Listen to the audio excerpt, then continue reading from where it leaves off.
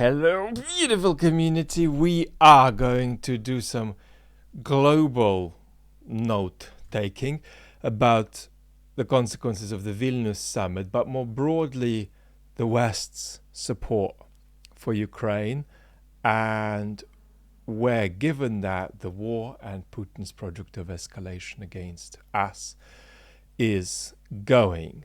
Now, I got locked out of my computer for hours today, had to be rescued by a very amazing neighbor. So I've just quickly penned a Twitter thread that is so substantive and in a way elliptically brief that I've decided to actually only read most of it to you. So I didn't put up most of that thread on Twitter, but the first 6 points are, and I'm going to link those below. So let's go. Putin's sense that he can keep Ukraine out of NATO by keeping the war going, I think, has always been there, right? So we can't say it's just manifested. But I think looking at the summit and the post-summit ripples, Putin would feel marginally reinforced in that sense. So you're saying no NATO for Ukraine as long as the war is going. Let's keep the war going. How long? Well, as long as I need to. Even if Putin loses Crimea and survives, he will not stop firing on Ukrainian territory. At least that's not something we should expect. His conception of regime security equals war with Ukraine and equals a wide escalation against the West later in the decade. So that's the first point. The second point is that, as we've already explored, and that's my view, the West is committed to Ukraine's independence, to Ukraine's survival, but the West is not committed to a Ukrainian victory, which is hard to define, but let's for the moment place that as Ukraine's full reacquisition of its territorial integrity. The West's support is impressive. I mean, it's shockingly impressive. I mean, imagine if Western powers did what they're doing with Ukraine, with their own health systems or transport systems. It would be a kind of revelation of proactive functionality of the kind that we think our states are incapable of. So it's impressive, but it is.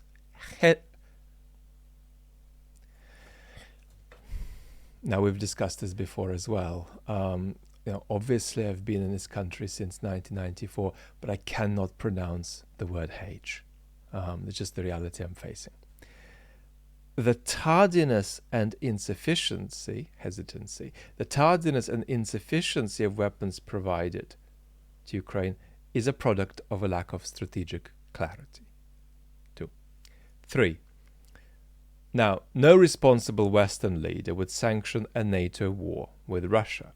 And if supporting Ukraine meant American boots on the ground, US citizens would very quickly check out of that option. And of course, support for supporting Ukraine, if supporting Ukraine means US boots on the ground, would plummet. But that doesn't mean the West ain't got no place to go.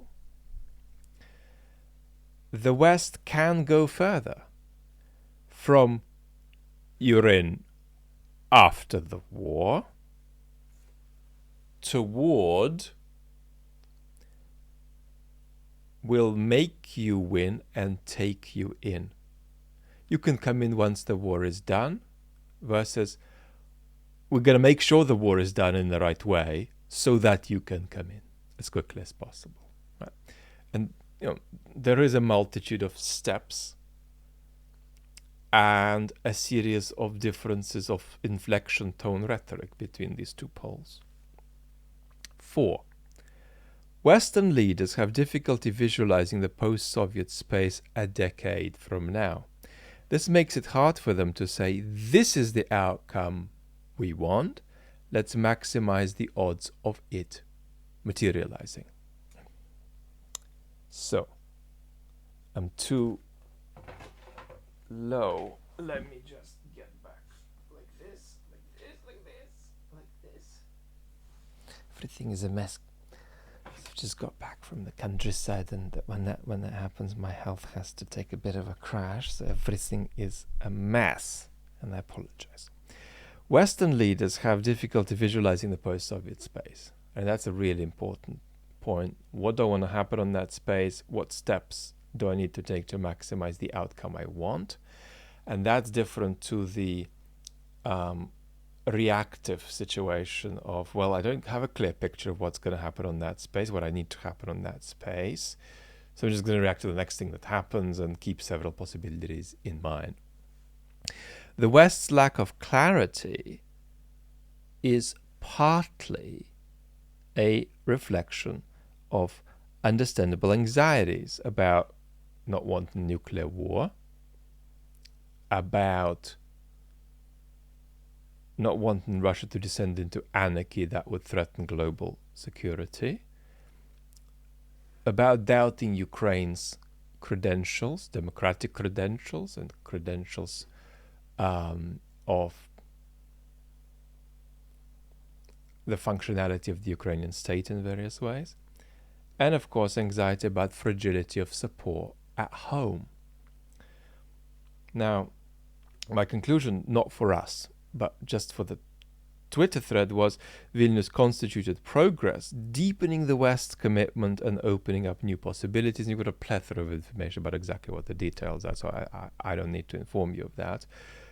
But for Ukraine, it may feel like a cold shower. And this means for Ukraine a politics of endurance, patient participation in a dance of incremental steps with the West. And now I want to discuss a few broader and more juicy, more controversial, more educational things. So the thread just for us continues. 7. Has the Ukrainian government's confrontational, pressuring rhetoric backfired? In my assessment, it has. Now, here is something interesting for you, because you are not getting enough Ukrainian perspectives, because there is this sort of crisis of agency we all talk about. Mr. Chomsky gives Ukraine no agency, Mr. Mearsheimer gives Ukraine no agency, but in my opinion, the vast majority of pro-Ukrainian discourse on social media in English gives Ukraine very little agency too.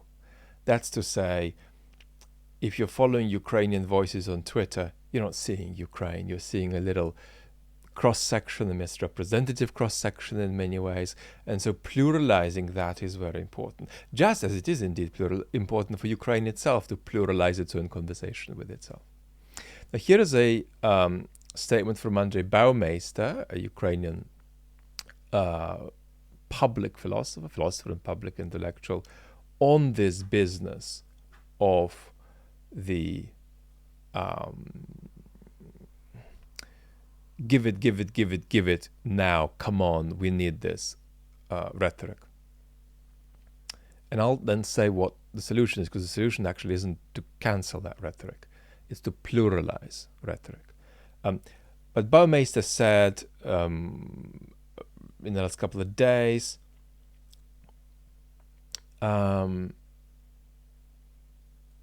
I don't have the quote in front of me. He said, let me just remember it for you. He said that the pushy and demanding, I'm going to give you the quote actually, because I don't want to misrepresent somebody as I speak. So let's do this. let's do this. My apologies. Just gonna translate it live because I missed it. Whoop.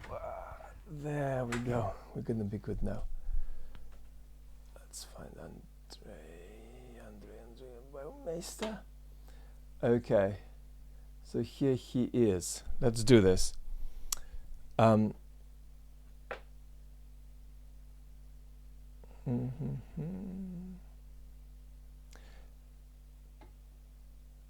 Ukraine's politics, I need spectacles for this. Thank you for staying with me. My apologies for this.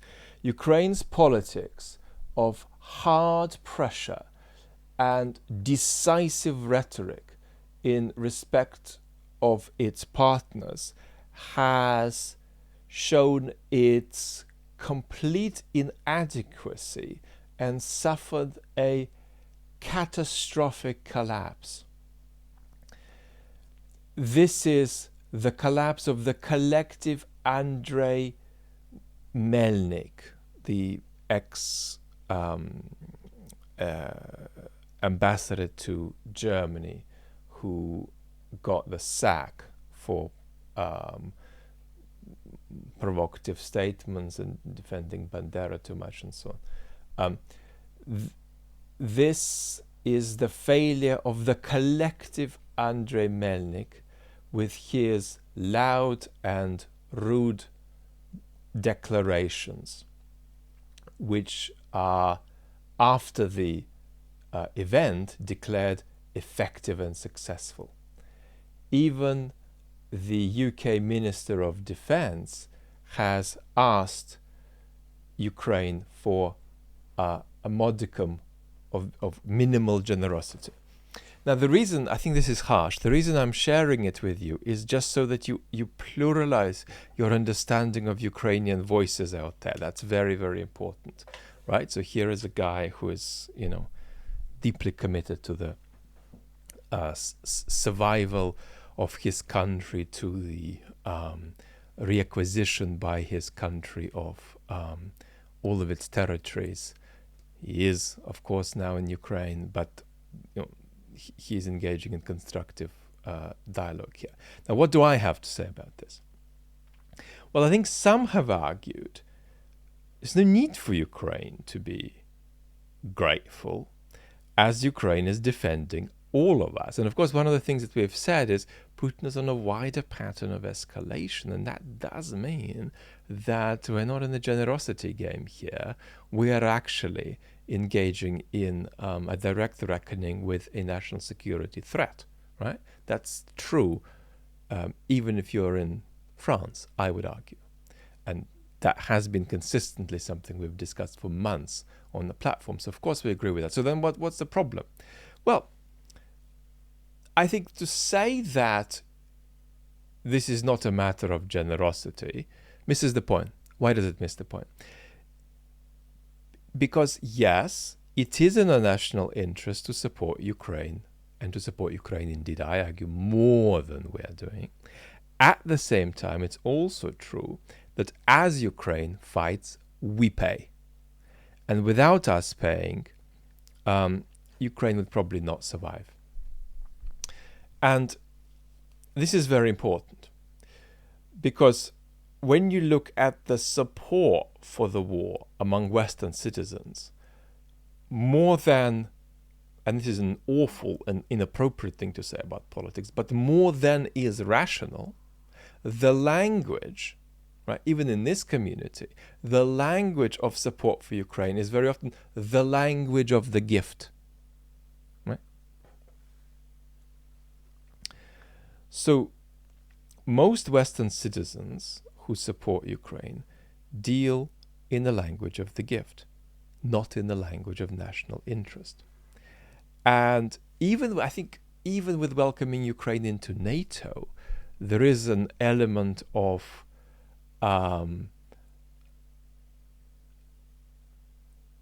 bringing somebody into your own house, right? So what does that mean for Ukraine's rhetoric? I somewhat disagree with Baumeister. So Baumeister, I mean, this is just a brief remark from him, so it's not a meaningful disagreement. But Baumeister said we need to get practical, hard-nosed, and prosaic, and start dealing with the West and pushing the West in terms of dates, numbers, figures, and sort of de-escalate the rhetoric and make a much more effective push in a more, if you like, bureaucratically effective manner. And all I would add to that is just a footnote which says, well, no, just pluralize the whole damn thing. And what you can't do is overdose on the give it to us now. Right? Because you can't have a voter, here in London saying, well, what do you mean give it, give it? I mean, our National Health Service is in complete disarray. I don't get it. How does it work? I mean, we're giving, but I mean, why is this being demanded, right? Why isn't there more gratitude, right? So what you want is to pluralize. There is the bucket that says, give it, come on, for goodness sake, give it now. This is about global security, not just about us. Good discourse, keep it. Also, the perfunctory stuff Baumeister recommends, but then also engaging in the language of the gift. And a few international relations experts who often don't understand how democracies work very well, I'm afraid, were saying, well, what do you want to say? Thank you very much, Mr. UK Defence Minister, for giving us this. Very kind of you. Yeah. I mean, not exactly that, but the language of the gift is absolutely an important strategic weapon for Ukraine. So give it now, goddammit. Yes, one bucket. Something more perfunctory and bureaucratic. Second bucket. Third bucket, the language of the gift. So.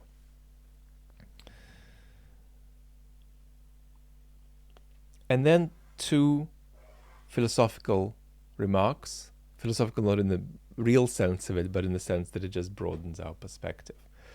The modern democratic republic, so we've got to however many points to, we've got to point 9, I think. This is point 10 and 11 now. The modern democratic republic is an unwieldy political structure in the way it operates at home and abroad. And even when its security is at risk, and Putin does pose a direct threat to our national security, it is necessarily, this modern democratic republic thing that most of you watching this live under, is necessarily slow to act. Right? And this is reflected in a bigger issue than Putin's brutal invasion of Ukraine, which is the climate crisis. So, we're dealing with very unwieldy machines. They are, they're not machines, constructions, institutional constructions, social constructions. They have a history. They're an extraordinary human invention, right? These things are incredible that we've come up with them, right? It's incredible we've come up with them. But, they are damn frustrating and damn slow and damn alienating as you witness their operation. So that's context too for all of these, dances of incremental steps that you're witnessing. Final point I won't elaborate. I'll just state it because we'll be coming back to it. We've already put it on the table in one of our previous talks. How can Western powers reimagine the international order while their democracies are in decline? I think this is almost the central question of international affairs today. I think it is the central question, in fact, of international affairs today. I think it is an expression of our failure to connect the dots, that we don't raise this often enough, but we will go there in our conversations. And what the democratic decline over the next years and decades will mean is that we will get worse at working together constructively on the international stage. So it's already a challenge to say, well, how do we go back not to just, February 2022 before the full-scale invasion of Ukraine, but how do we go to a different place than that? And that would be a place which does not generate the kind of result that we saw generated in Feb 2022. What kind of a place would that be, right? What kind of a practical implementation of a reimagining of the international order is required for that, right? And as each year passes, this already nearly impossible challenge will become more difficult for our democracies to sustain. I've absolutely outrageously pushed your attention and concentration in this episode by distracting you and jumping all over the place. I'm very grateful for you staying with me. Lots of love. Talk very, very soon, probably in a live, maybe tomorrow.